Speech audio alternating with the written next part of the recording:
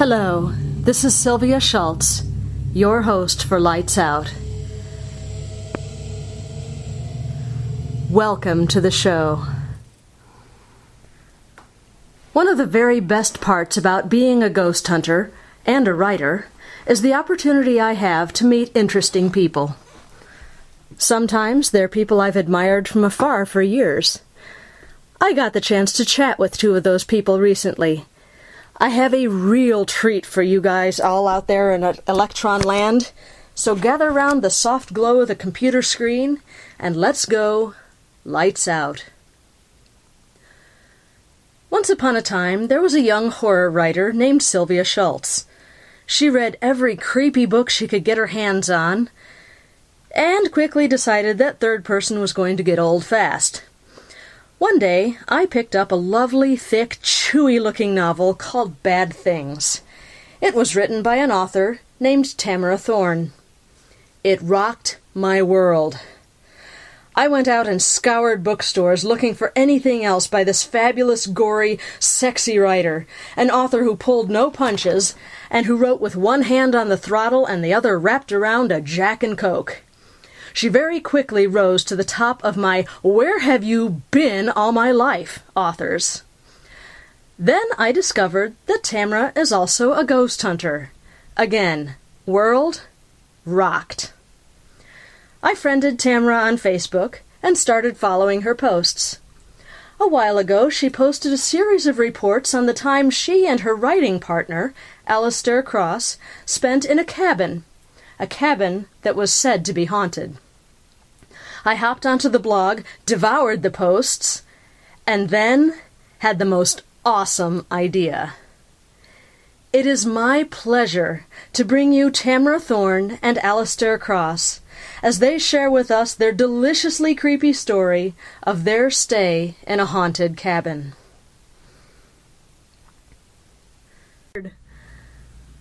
Okay, my head's not where it should be because I'm like talking to one of my author idols right here, so. Okay. I'll just do my introduction at a later time when I put the show together. Okay. But I will take the opportunity to be a slobbering fan dork for a moment here. Tamara, you have been one of my writing idols for, gosh, over a decade now. I won your sorority trilogy in a contest that I entered, and about the only reason I entered the contest was because I saw what the prize was. It was books by Tamara Thorne, signed by Tamara Thorne, and I just had to enter the contest, so just because of that prize. And I do wanted to say that your scene in Bad Things, where Robin has already been taken over by the Green Jacks and Ricky is watching him out the window, and Robin catches the frog and tears it apart. Spoilers for anyone who hasn't read Bad Things yet, which I highly suggest you do. That was one of those scenes where I remember where I was and what I was doing when I was sitting reading this book. It made that much of an impression on me. And I was sitting here reading it going, oh my God, that's disgusting. This is fabulous. And it's a woman writing it. And I was trying to get a career as a horror writer started at that point. And I said, my gosh, if she can do it, I can do it. Maybe not as well, but I can do it. So many years later, I used that as kind of the inspiration for one of my scenes in a a novella that I wrote in, it's the last story in my collection, Dark at the Heart of the Diamond. And it's set in ancient Egypt, and the kid gets possessed by the spirit of a dead pharaoh. And his father knows it, and it's his father's punishment for robbing the pharaoh's tomb. And the kid, takes the kid to the river, and the kid picks up a fish and starts gnawing on it, and it turns into this dead hand because they cut thieves' hands off in ancient Egypt. That was the punishment. And so it was all tied together. Really cool. So anyway, that's I'd love to see that. Gross. Yeah. Oh man. So I have you to thank. You may take credit for that scene. I remember where I was sitting when I had him peeing in the lemonade and licking the butter. That's what really grossed me out, and I was cackling while I was writing it. I can totally imagine that. Awesome. Okay, so now I know, Tamara, that you have a background in paranormal investigation. You have several entries in the Encyclopedia of Haunted Places that was edited by Jeff Belanger of Ghost Adventures. Tell me about your background in ghostly things, and then we'll ask Alistair the same question. Okay, well, it started when I was a wee tot. I just always liked ghost stories. I collected them, from first grade on. And then I've always been very skeptical, which is handy for what I do. And, I wrote ghost stories. And then when Haunted came out, not too long after that, the ghost hunting thing got big. And people started mistaking me for David Masters, the hero in the book, who's a horror writer who hunts ghosts. This was like having my cake and eating it too. And so I started getting involved more and more in, speaking to ghost hunting groups and all kinds of things like that. And I'd get to stay in the haunted room for it. And, it's just heaven on earth to me. And I guess jumping back to when I was 21, we had a house. We rented a house. We were newlyweds. And it was odd. It jumped. Things jumped in it. There was a slight poltergeist phenomena, and I was convinced there was a glitch in the gravity because it didn't scare me. That's in my blog. And then a couple of years later, we had a house that scared the crap out of me when we went to move out. Footsteps started up, and I thought there was a prowler in the house, and, I had a broomstick, and I was going down the hall yelling, "I've got a gun." And I got to the front of the house where I could get into the foyer and out of there, and the footsteps had stopped, and then all of a sudden they started right in front of me and went right past me, and I heard the door behind, the first door in the hall slam shut, but it didn't. And I was out of there like a shot, and I waited for my husband, and we're moving out, and he thought that was pretty funny until the same stuff started happening to him later in the day. So, I really value that, because otherwise I get so skeptical. There's very little I won't write off. And those two incidents, the first house with the poltergeist energy, that one, the real kicker was I'd never told my husband, and the real kicker was the day that we were sitting eating sandwiches in the kitchen, and there was a full trash can right in the middle of the room we were facing that needed to be taken out.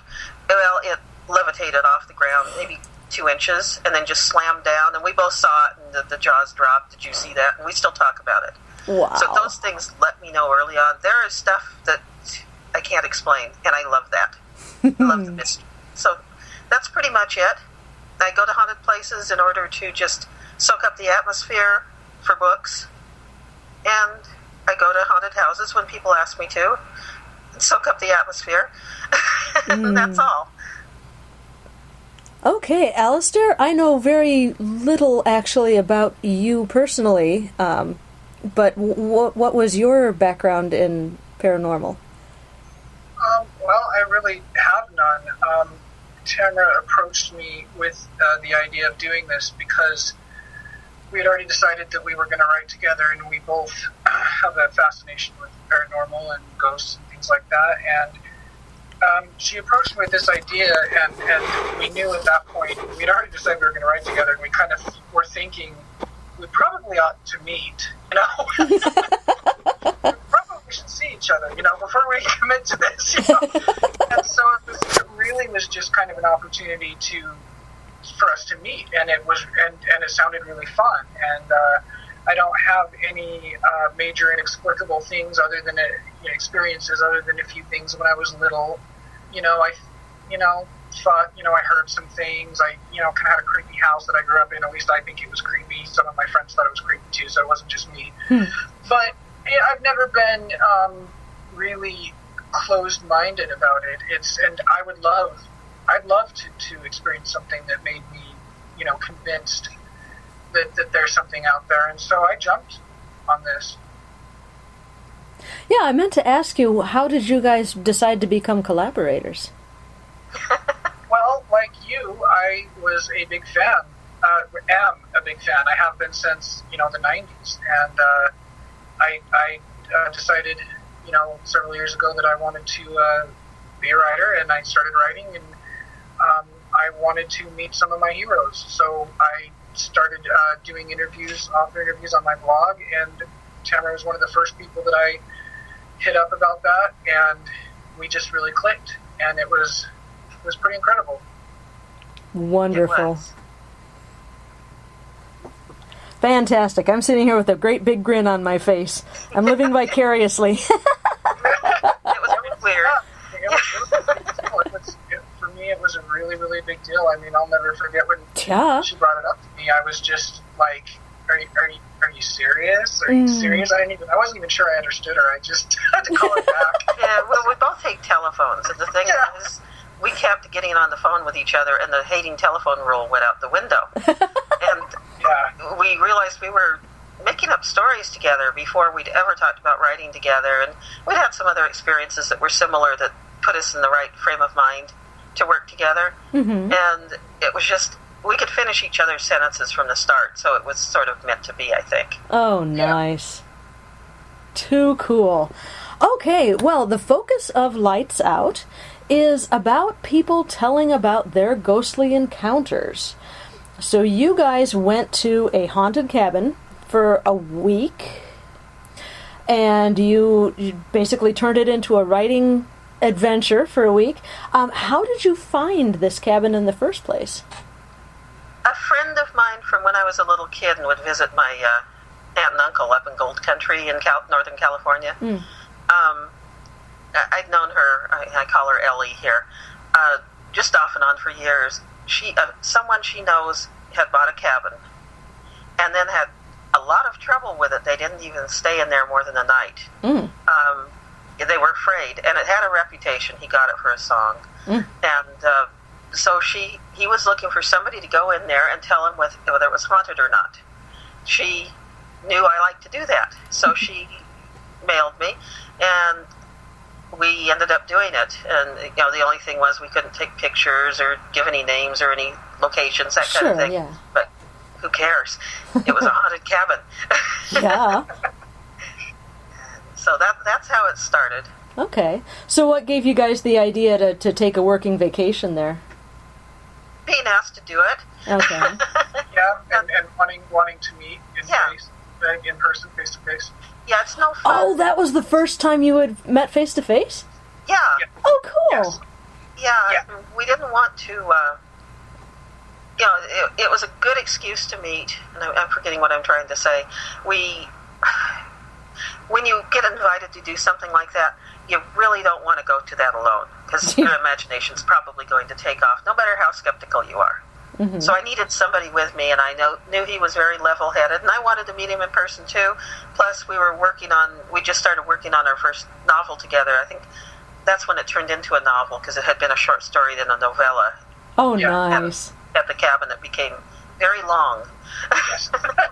That is cool. Yeah.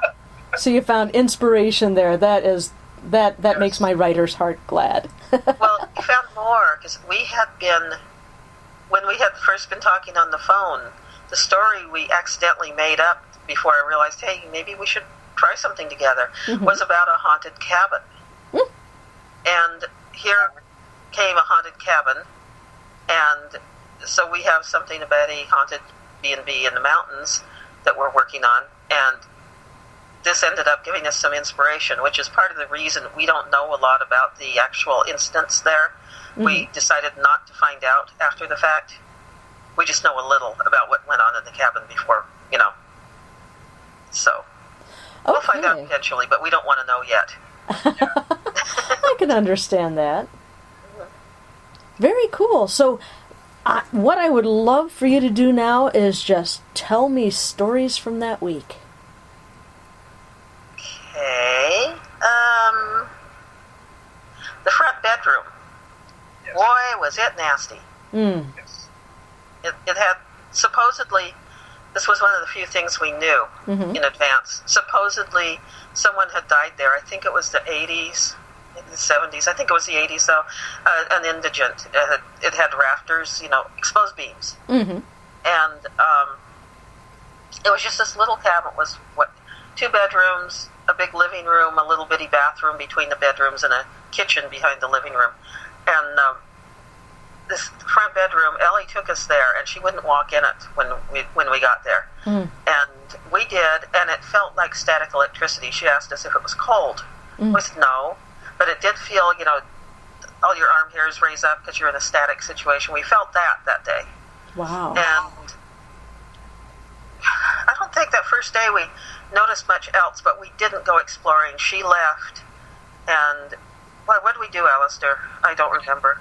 We didn't really do much that first day. We were just, I met her, and then you and I, of course, met each other for the first time. And so my head wasn't really in it that first day. It was just like, oh, this is kind of also weird, We'd come from San Francisco. Yeah. We spent the night in Frisco getting to know each other. That sounds wrong. Not that way.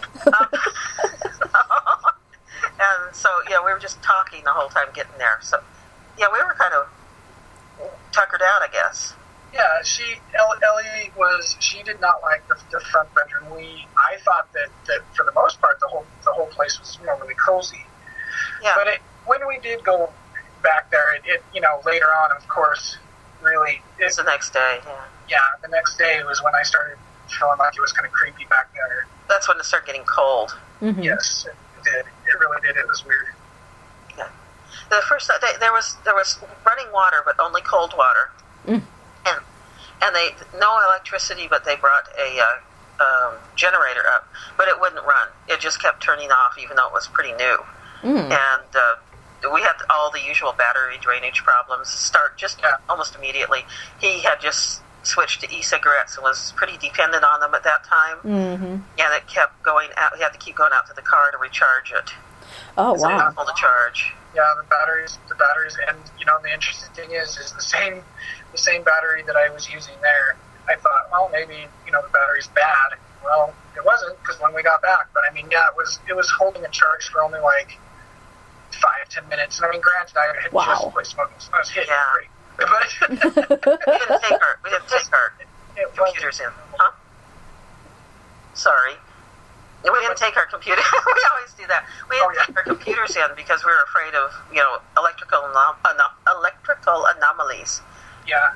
It was the e-cigarette thing, the generator, and then I think it was the second day we both started feeling really tired, and it was a strange kind of tired. It was not like, oh, I'm sleepy, and of course a lot of stuff happened, and travel and all that, so it would make sense, but it was like a really, like when you're so tired that your skin hurts, you almost feel like you're getting sick. Yeah.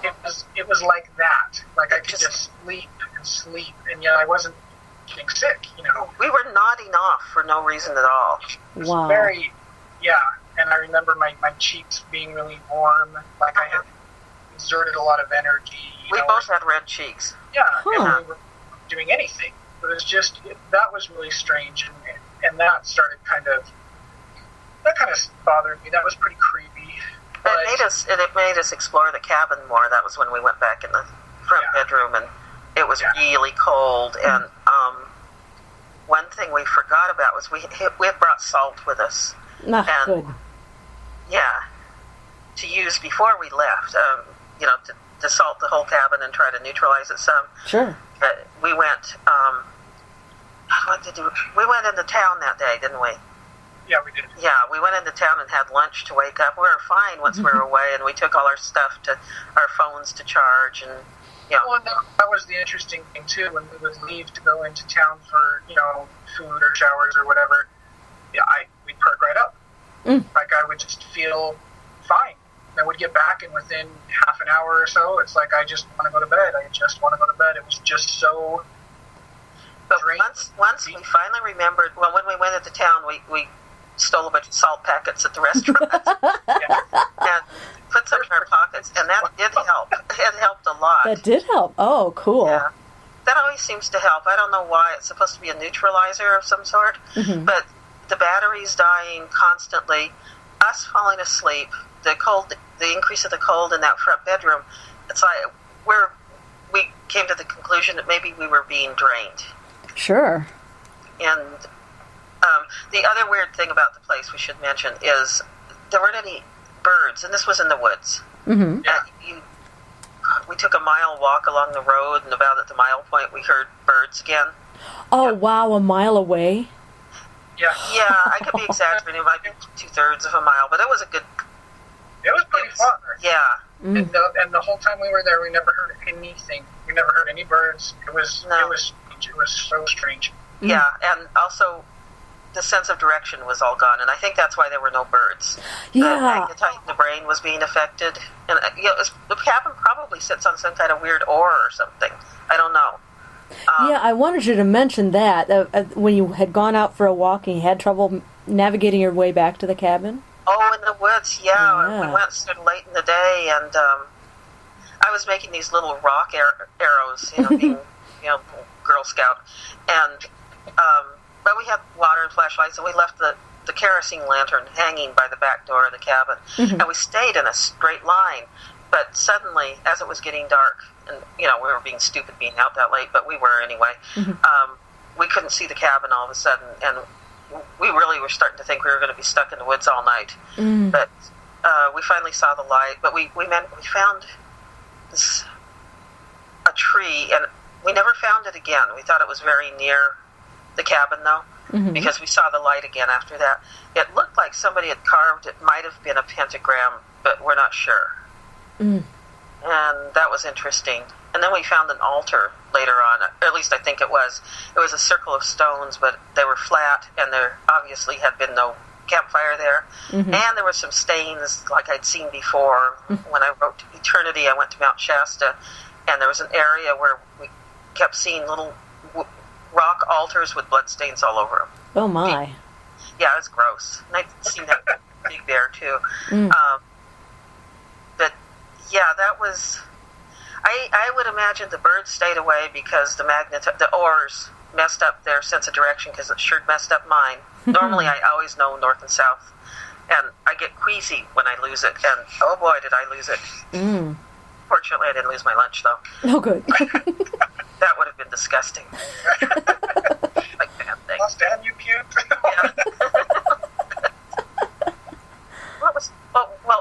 We did hear lots of noises, though. Every night we had noises, even the first night. Oh, wow. But I woke up about 3 a.m., and I was sort of having nightmares, but that's to be expected when you're in a place like that. And there were 2 big couches in the living room, and a fireplace that took up the whole wall. Not the fire part, but this rocky fireplace with crystals and things. And so we'd have that burning, and the lanterns wouldn't stay on except for the kerosene, but we pretty much kept it bright. And we had 2 sleeping bags and 2 couches, and that's how we didn't split up. That would have been creepy. So the first night, it was like 3 a.m. We woke up hearing little knocks and stuff in the walls, but I remember hearing knocks like that in the walls in other cabins when I was a kid, and it was probably squirrels the first night. Really sounded like that, but it was still kind of creepy. Yeah, I think it was definitely creepy. It's, and there's this feeling, I think, that around the second day that I really started feeling, and you can't describe it, you can't prove a feeling, but you just know when something's there. There was that feeling came and went a lot, and that was I've never really exactly experienced anything like that. It's like your inner caveman is aware of something off, that your intellect keeps saying, "Oh, it's probably just scaring yourself." Yeah. And I mean, it's kind of a morbid, comparison. But if you've ever been, to an open casket funeral and you've looked down at the body and you see this person sitting there and you don't feel them, they're just a shell. Sure. And you don't realize until that moment that you can feel people. it's the same thing,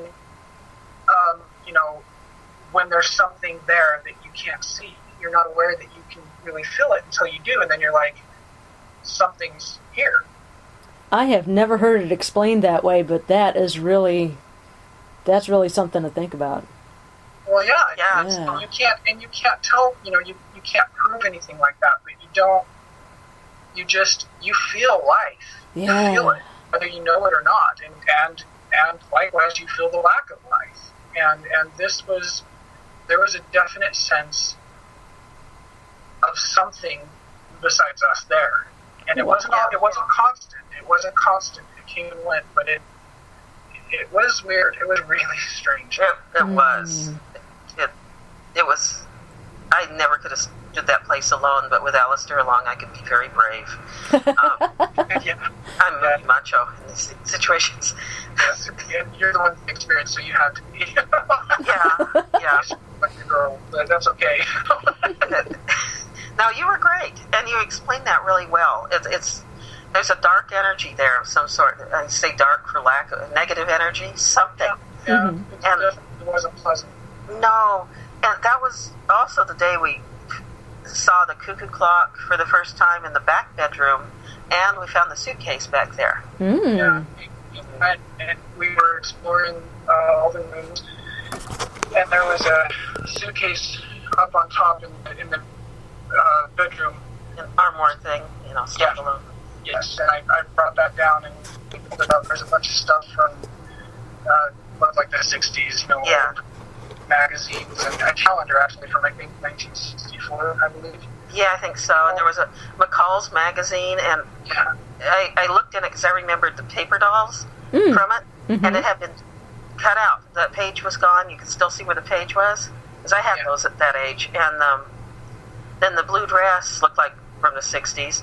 So we were making up stories about the little girl and her parents. Yeah, that didn't probably help the creepiness at all. No, and that was when we went in the kitchen, really, and realized we hated the kitchen, and it wasn't super spooky or anything, it was just nasty in there. It didn't have a good feel, so we were making up stories that the parents fought a lot. But interestingly, this stuff was all from the 60s, and that's the decade that they didn't mention. It was the 50s, the 70s, and 80s that had incidents. So we don't know that it had anything to do with anything, but it sure made it fun. And did anything happen that night? I'm trying to think. I don't think so. We were still really tired. We were sleeping a lot. I think that then... You heard the cuckoo. Yes. Yeah. But only you, right as you fell asleep. Yeah, we got the cuckoo clock. We did all that. We went for a walk. Got lost almost. I thought we were lost. And then we came home and we were, falling asleep, and I heard a noise, and I actually didn't get up or, do anything about it then. It was just kind of a quiet off. It wasn't really disturbing sound. I was almost asleep anyway, and I didn't even remember it until later. Next day, yeah. It ended up being the cuckoo clock, because... Oh, wow. Yeah, exactly. That was probably it wasn't the creepiest thing, but it was definitely one of the creepy things, because I didn't even think anything about it. I fell asleep the next day. We were doing our stuff, whatever. We were doing a lot of writing. We tried to watch a movie. We couldn't because, all the batteries on everything were dead. And the puzzle. We were working on the puzzle a lot, too. When we weren't writing, we had a puzzle to do. Mm-hmm. Yes, and we also had a Ouija board because we thought it would be fun. That was... It was I'm trying to think. We went into town on the third day, and we were talking about using the Ouija board and stuff, and we were really feeling pretty proud of ourselves. And then we went back, and we were working, and then, that was, and we weren't tired anymore, and we changed the salt a couple times, to fresh salt in our pockets and all that. Excellent. And, who knows if that was what was working, but it was great. It was a feather for Dumbo if it wasn't really working. There you go. But we think it was, yeah. And so that, as it got to be evening, we worked our tails off. We were really proud, and we decided to stay the extra days. And so we went out to the car. I went out and got my computer, because I had a copy of Airplane in it, because you don't watch haunted house movies in a place like that. And it was totally charged up, and we used mine because it was a Mac, and, they're not supposed to be as weird as PCs for this kind of thing. Mm-hmm. Now, the battery was dead in 5 minutes. Oh, jeez. So, yeah, it went right back in the car, but I took it outside, and I turn around, and I hear the front door open, push open, and it's Alistair, and he's standing there with a look on his face, and he should tell you about that. Oh, please do. Yeah, because this was when I heard the clock again, and knew, I wasn't falling asleep. Mm-hmm. Yeah. And I didn't say anything because I thought for sure that, as soon as you leave, I start hearing creepy noises. So, yeah. Those wonderful things for your masculinity. That's exactly. He told me, though, he did tell me, because I was asking about the Ouija, because he's starting to act like, well, maybe we shouldn't. What happened? Something happened. I heard this cuckoo. And so I explained to him about residuals. They're nothing, right? They're just, leftovers. Uh-huh. And so what did we do after that? Well, you kind of took me down, you explained to me kind of like what residual, hauntings or whatever are, and I felt a little more comfortable with it, and we decided to go ahead with the Ouija board. Yeah. Mm. Okay, tell us about that. Nothing happened for so long that we were making really bad jokes. You two? No.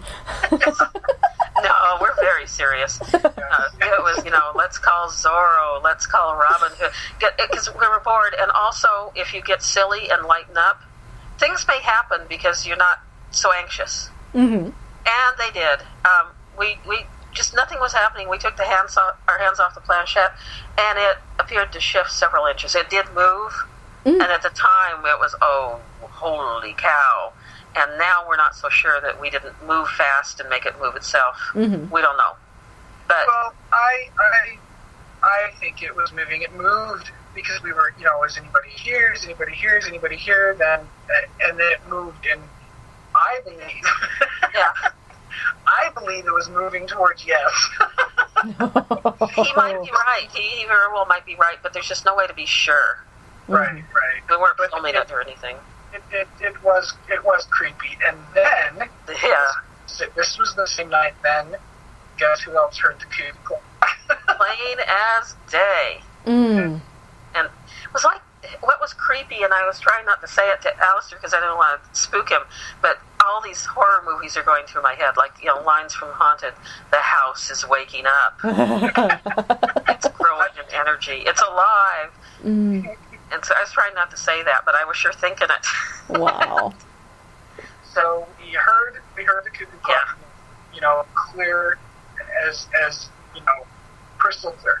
Mm. So we go, we check it out. It's not working. There's nothing in it. We're thinking, this really did actually freak us out. We actually, I think we were kind of scared silly because we started laughing and acting like 10-year-olds. We went and got the blankets and the car keys, and we went and sat in the car. We didn't need to sleep in the car, but we did.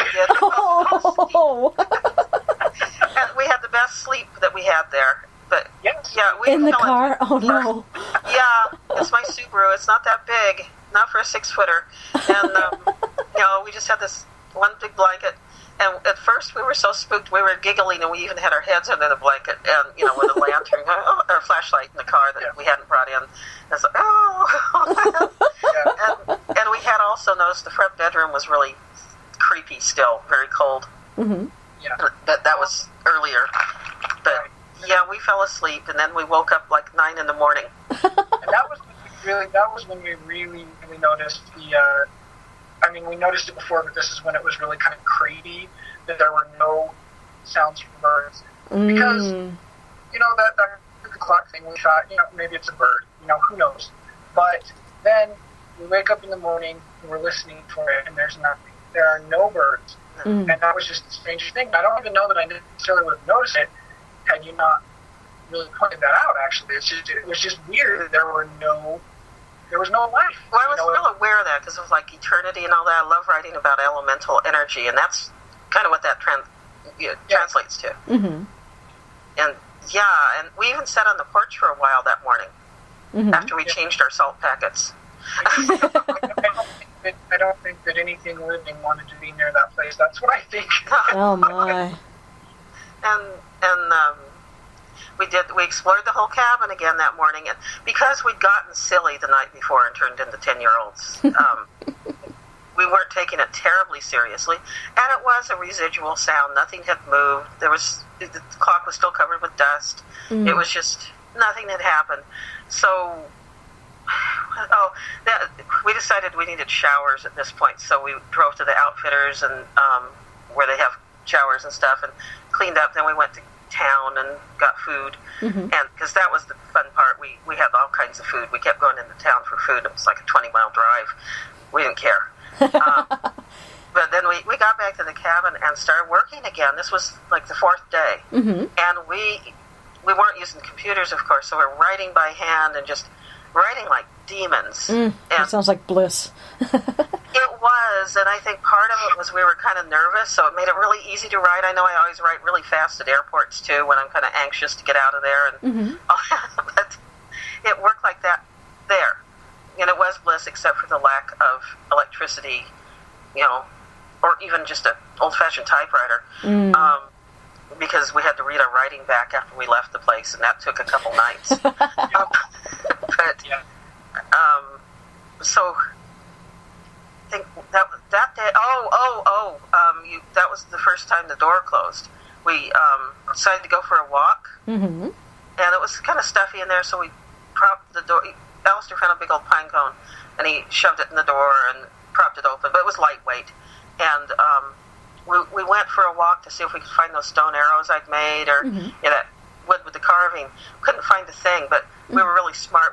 We had a roll of paper towels out of the car, and we kept putting each paper towel under a rock so we really wouldn't get lost. But we didn't find anything, and that was when we found the altar on those fallen trees. Okay. Yeah, I think that was when we found that. And one of the stories that went with this was that in the back bedroom, the one where the cuckoo was, and I think this was the 70s story, and who knows if it has any truth whatsoever, a girl was found, maybe she killed herself, maybe she was killed, and there was a pentagram drawn on the floor and stuff. We have no proof, but that was the scuttle. So this kind of went with that and fed us. And so then we went back to the cabin, and the door was closed. The pine cone was gone, but it was just a lightweight pine cone. Yeah, but still. It was still creepy, and I had to eventually budge the door open, but it was just weird. It's just that feeling of whether it's real or imagined, that feeling of something not wanting you in there. But we worked like crazy after that again. We did, until dinner time. And we didn't even leave for dinner. We made sandwiches because we wanted to hurry. Oh, nice. Yeah. And we made the big fire, and then we had cocoa, and we worked on the puzzle, and it was starting to get done. It was kind of cool. And then we tried the Ouija again. Okay. And we decided we didn't need to be scared because a couple of the lanterns that we changed the batteries on, and we had bought fresh batteries, actually were working slightly. Not just the kerosene. So we decided the house was nice and safe.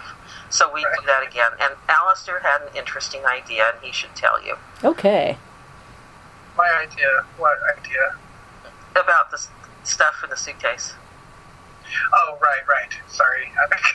No, yeah. So we wanted to try the Ouija board again, and since it really didn't work last time, unless you count the little shifting thing, which I think was real, but... And it might have been. Yes, but I thought, because I always saw it on TV, because I'm the one, I don't have any experience with this, but on TV, they always go, get something from the deceased, and so I thought, let's go to that suitcase and get something out and use that and see if we can, make contact with anybody. And the first thing, I did was pull out the blue dress, creepy little dress, and we were both like, no, that's too creepy. Yeah. Shults almost came out right then and there. Exactly. It was just too much for me. That dress was creepy. Now, it was a child-sized dress? Yes, it was just a tiny little blue dress with white little, it was just, like kind of old-fashioned looking, just creepy, faded. From the 60s, yeah. Yeah. Mm-hmm. Yeah. Before he was born. For like a toddler, a grade schooler? Grade school. Okay. Yeah. But it was, we ended up not doing that. We found like some big chunky, because there was underneath the dress, there was a bunch of costume jewelry, it looked like. Oh, okay. Yeah, it was a lot like some of the stuff my mom had when I was a kid in the 60s. Yeah. So I took out some big chunky rhinestone flower brooch of some sort. Mm-hmm. We decided that was probably, the mother's, if there was a mother. We kind of made up our own little story. Mm-hmm. But Yeah. so we were going to try to, contact her, and we tried, and sad to say, nothing happened again. Aw. Yeah, I know. But it was crazy. But yeah, nothing happened then, but then that night when we went to bed, we were on our couches. She was on her couch, I was on mine. Mm-hmm. And we were starting to fall asleep, and that's when we started hearing the scratches. On the glass, right Yes. over my head. It had drapes, it had short drapes, like sort of heavy curtains, these green things, and it wasn't completely closed. And they were open slightly. As we didn't even touch them until then. And there was scratching, like, right on the glass. Yeah. And I said, Alistair. And he wakes up, and I'm not daring to move. I'm afraid they're going to see me. And it's, look and see out can you see out the window? And so he worms his way around and gets over to the other window and looks out. He can't see a thing. Yeah. And it's important to say here that there were, the first thing you would think is, wind in the trees, and trees are moving the branches. Well, there was no wind, and there were no trees close enough, even if there had been. It really sounded just like a person scratching on the door. Or, the window. It was... Yeah. Later, wind did come up, but this was hours before it did. We were up late that night. Do tell.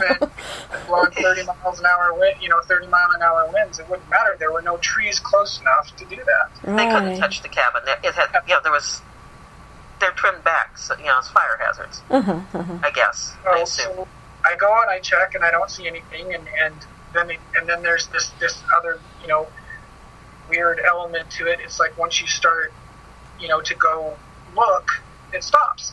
Yeah. So naturally, you assume the worst because I'm aware of it, it stops. It's aware of me. Yeah, exactly.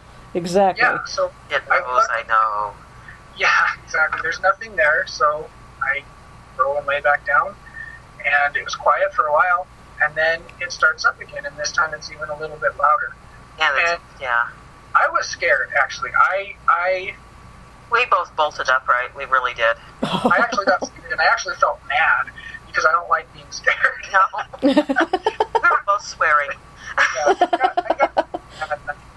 started thinking, this whole thing was probably some sort of sick joke. So I started having all kinds of thoughts. I'm like, how well, I'm asking Tamara, how well do you know this woman? What do you know? But, really, this is just too weird. I thought, no, it wouldn't be her, but it could be local teenagers or something. Yeah, and local being like 20 miles away. Yeah. Yeah. But I got kind of paranoid and kind of mad and started thinking that somebody was doing mean things to us. And, Tamara assured me that, she's known Ellie her whole life, and there's just no way that it could be her. And But it could be somebody else. It could be somebody else. But there was no evidence of a person, so... Yeah, but if you didn't see anybody there...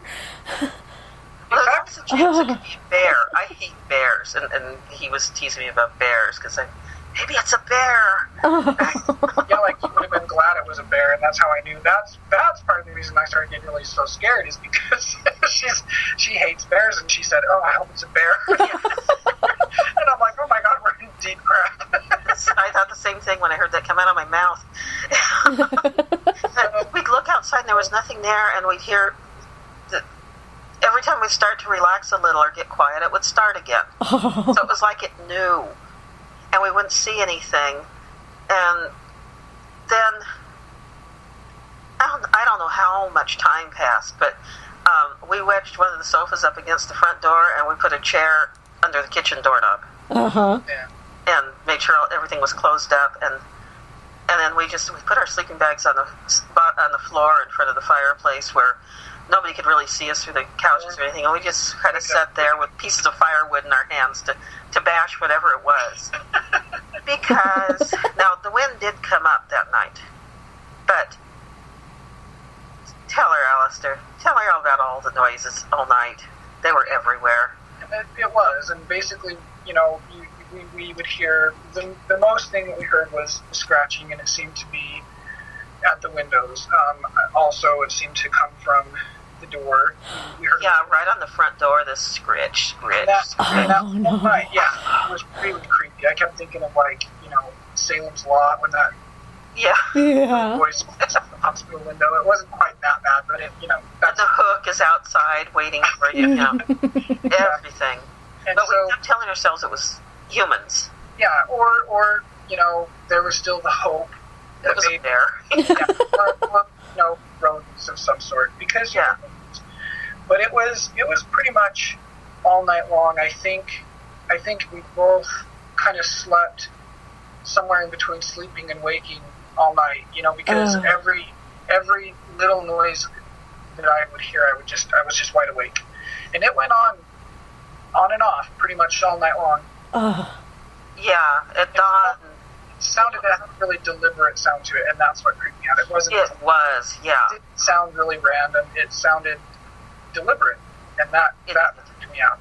Oh my! That was the worst. And it sounds weird that we could sleep at all, but we were exhausted, and it was just sort of this state where you're not really awake or asleep.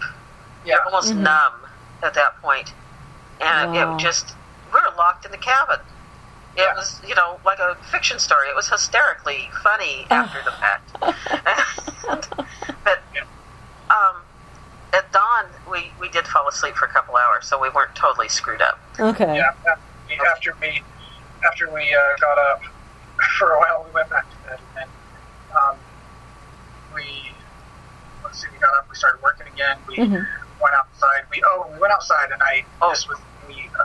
This is really creepy and funny. Yeah, so I brought a copy of Twilight because I thought that it would be funny to make to read to Tamara from passages from Twilight, because I know she's such a fan.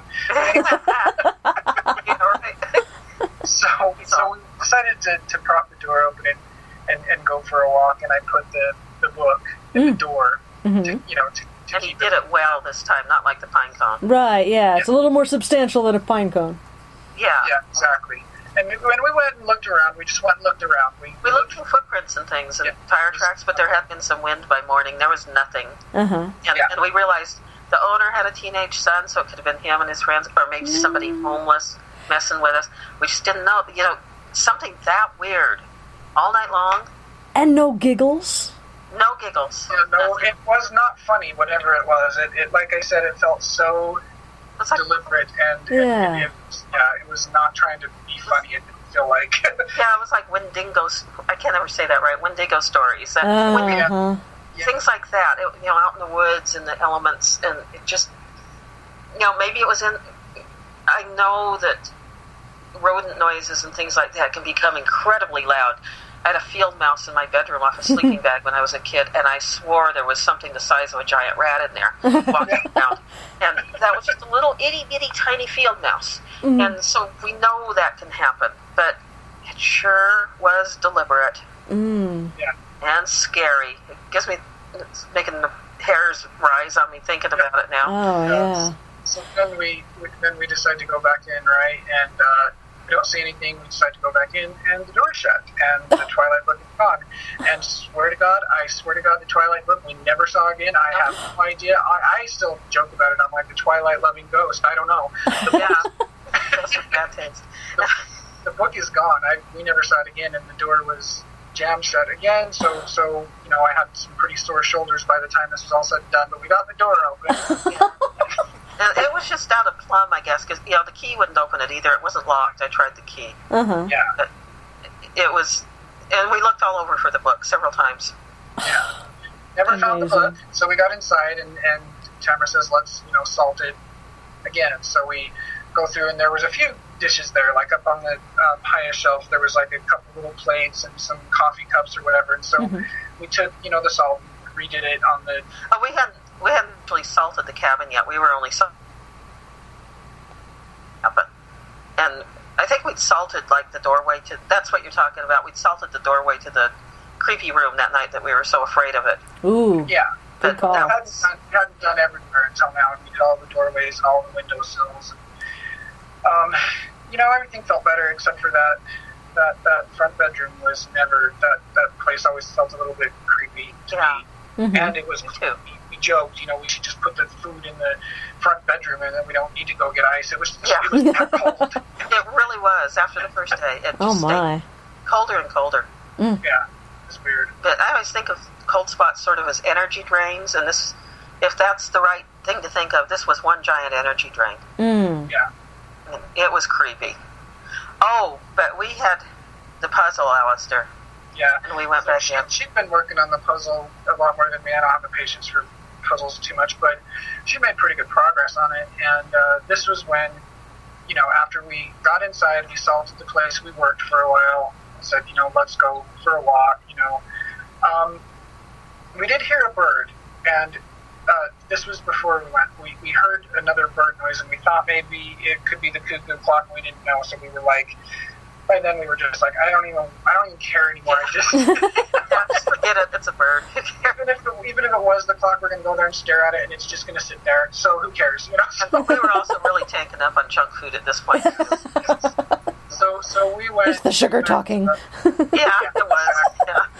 So we went for another walk, and we got back, and the door was stuck again. It wasn't as bad as usual, but it was stuck. We didn't prop it open with anything, but still, it was stuck.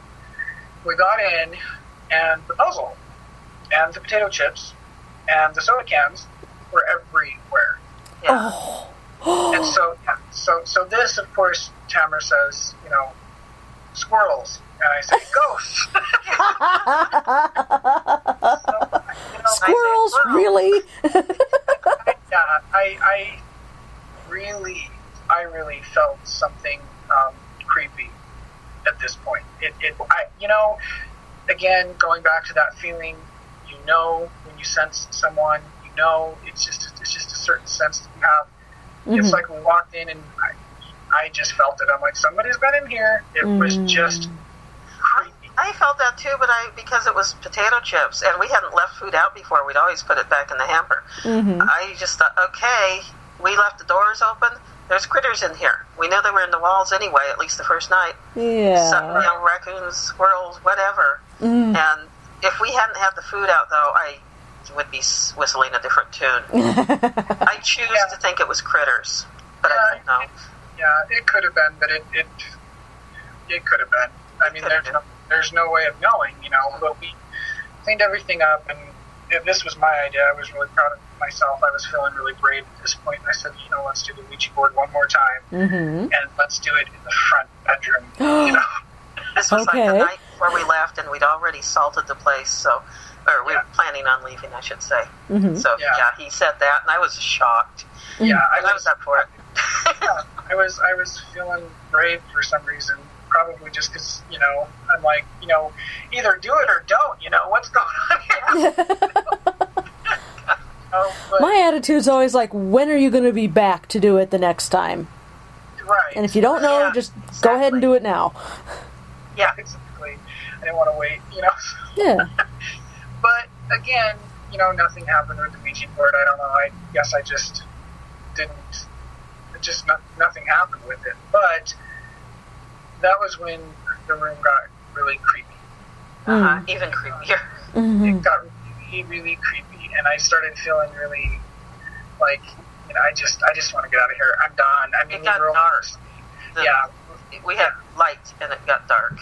Yeah, it started getting the room literally darkened, I mean... Have you ever seen that, Sylvia? I have. I was, real quick, I was in the basement of the, some great big creepy place in Alton, Illinois. Uh-huh. And we were in the basement. That was the only place in the house that we were allowed to go in. And the medium had all of us sitting around, and she said, we were lights out. And she said, okay, now this spirit is going to join us, and when he does, the room's going to get darker. I'm like, I call bullshit. We're in the dark already. I mean, how can it be darker than dark? And she said, all right, well, he's here. And I kid you not, that blackness became thicker and more black. Yeah. So, yes, I know exactly what you mean when you say the room darkened. I had it darken in a place before that we had bright fluorescence on in a haunted place, Mm-hmm. and when it started up, it darkened despite the fluorescence. They stayed bright, but it was that same thing that you saw. It terrifying. Yeah, it's really unnerving. Yes. So that happened in the room where you were doing the front bedroom when you were doing the Ouija board. Yeah, and it spread. Yeah, and it did, and this was, I've never seen anything like this at all. It was, and so now I'm glad because I don't have to explain it to you the same way, but it just, it's like the atmosphere got thick. And then we heard something. He should tell you. Yes. Tell me. Then we heard a click and a slam. It was the front door. Yeah. The front door that would always stick. Yeah. Door opened and slammed shut, and that was when I was done. Yeah, we went to the doorway, to the living room and peered out and didn't see anything. And we walked out there, and it's like, it's getting darker. It's getting residual in there, too. It's getting darker in there, even though we have the kerosene lantern, which was pretty bright, and the fire was on. And then Alistair says the thing, there's no one, I say there's no one there, and he says... It just occurred to me. Yeah. I'm like, well, if nobody came in, maybe somebody walked out. I know. It just flew out of my mouth before I could think about it, because I'm like, well, nobody's in here, somebody probably walked out. And then I was like, oh my God, we gotta get out of here. It was horrible. And fortunately, almost everything was already in the car because we packed up that day. Yeah. And we just grabbed our stuff. Oh, and wasn't there... What else happened?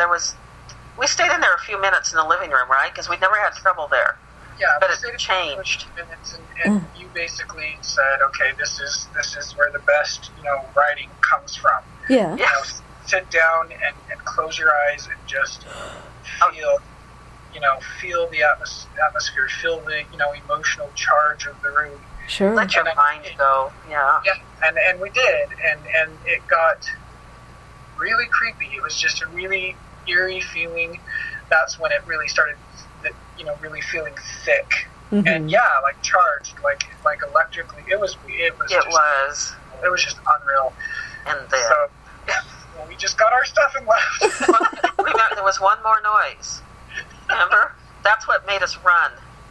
There was really loud knocking. Inside, it sounded like. Near us. We couldn't see from where, but it was on the wall, like pounding, knock, knock, knock, much deeper than me hammering on my computer. Yes.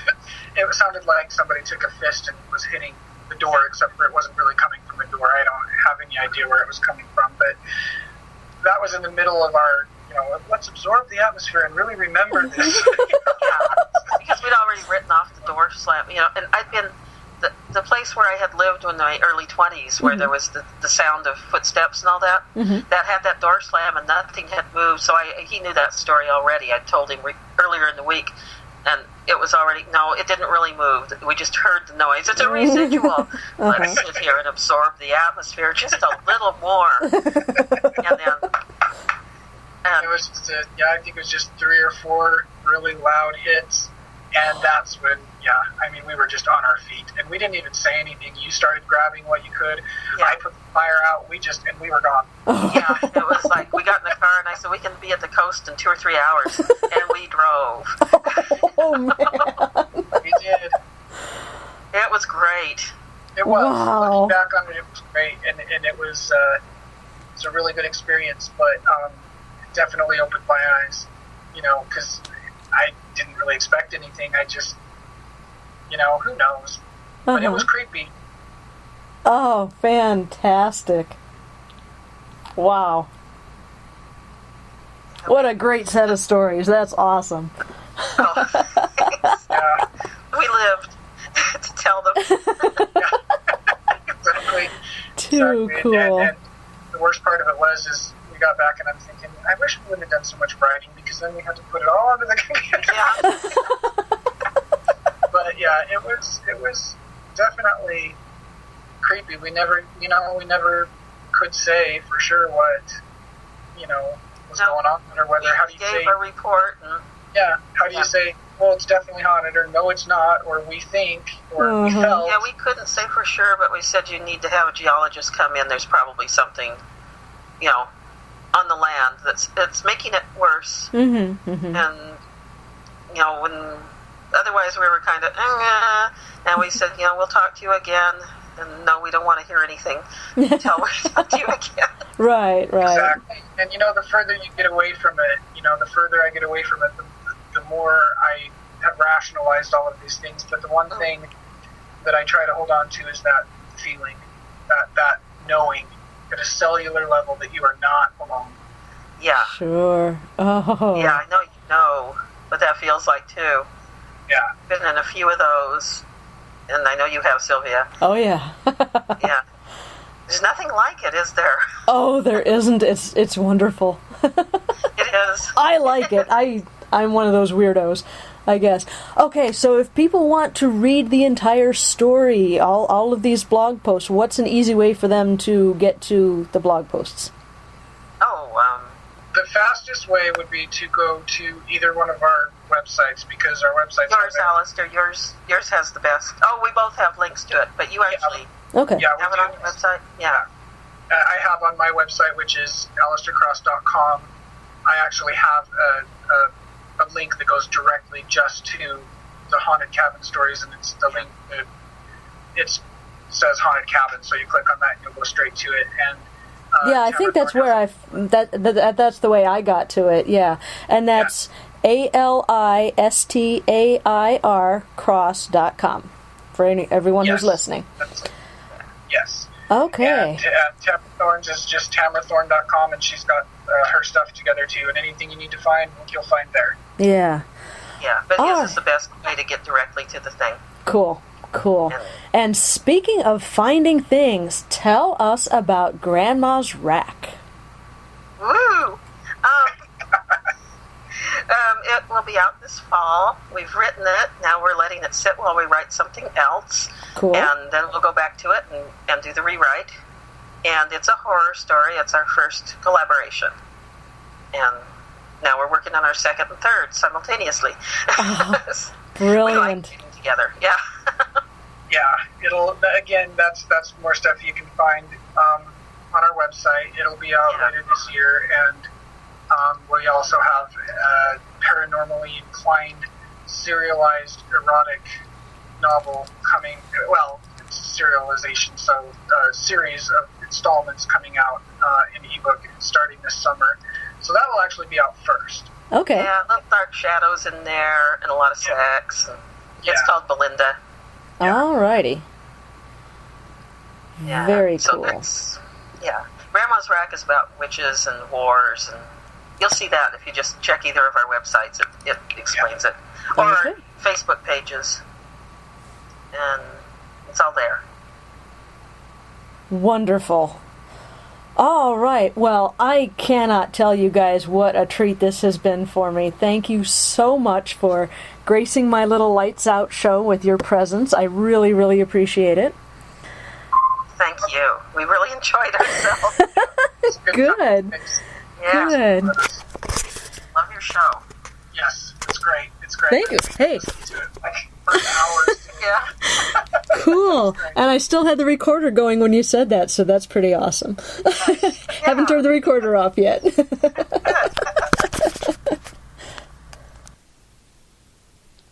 So, folks, what do you think?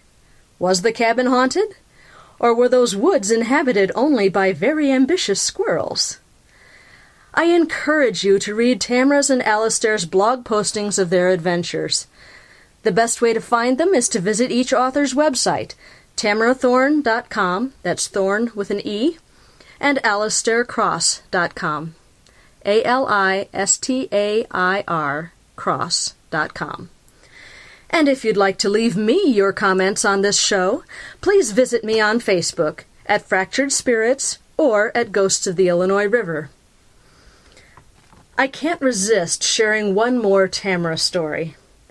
When I finished writing Fractured Spirits, I went in search of people to say nice things about it.